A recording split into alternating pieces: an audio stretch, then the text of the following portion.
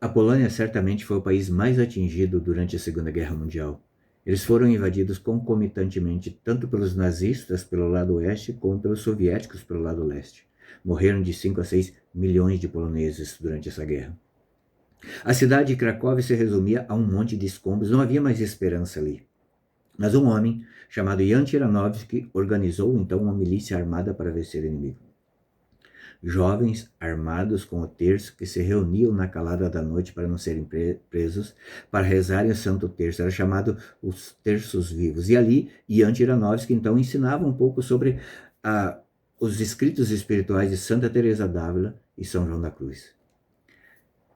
Através disso, ele devolveu novamente a esperança para aqueles jovens. E dentre aqueles jovens, 10 se tornaram sacerdotes. E dentre os 10, um se chamava Karol Wojtyla. São João Paulo II nasceu ali, porque aquele homem teve a coragem de devolver a esperança para os jovens. É isso que Jesus te chama nesse dia de hoje, para devolver a esperança onde quer que você vá.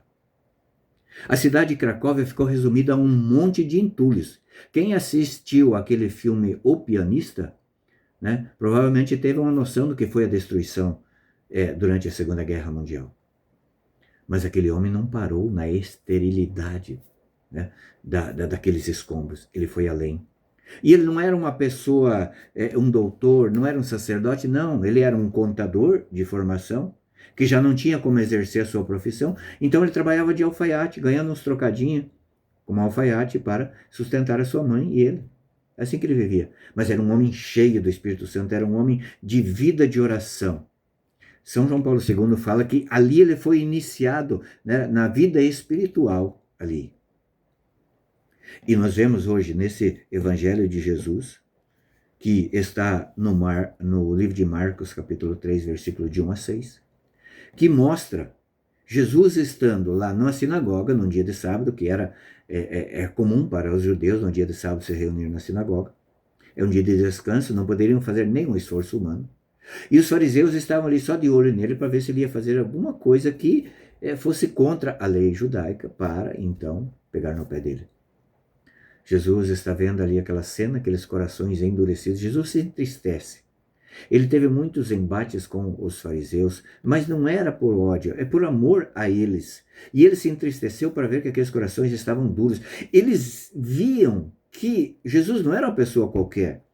Tudo ali apontava para que ele realmente fosse o Cristo, mas eles não aceitavam. Então eles estavam lá com aquele coração duro para tentar pegar Jesus no calcanhar de Aquiles. Então Jesus, vendo um homem ali da mão seca, lá nos arredores, chama, vem para o meio.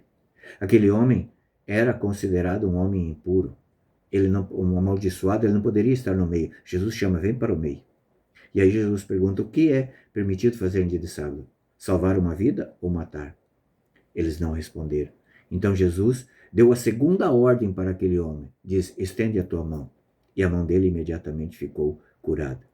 O problema ali não era a mão seca daquele homem, porque Jesus conseguiu curar. O problema eram os corações secos daqueles fariseus que não queriam a cura. Por isso Jesus não pôde curar.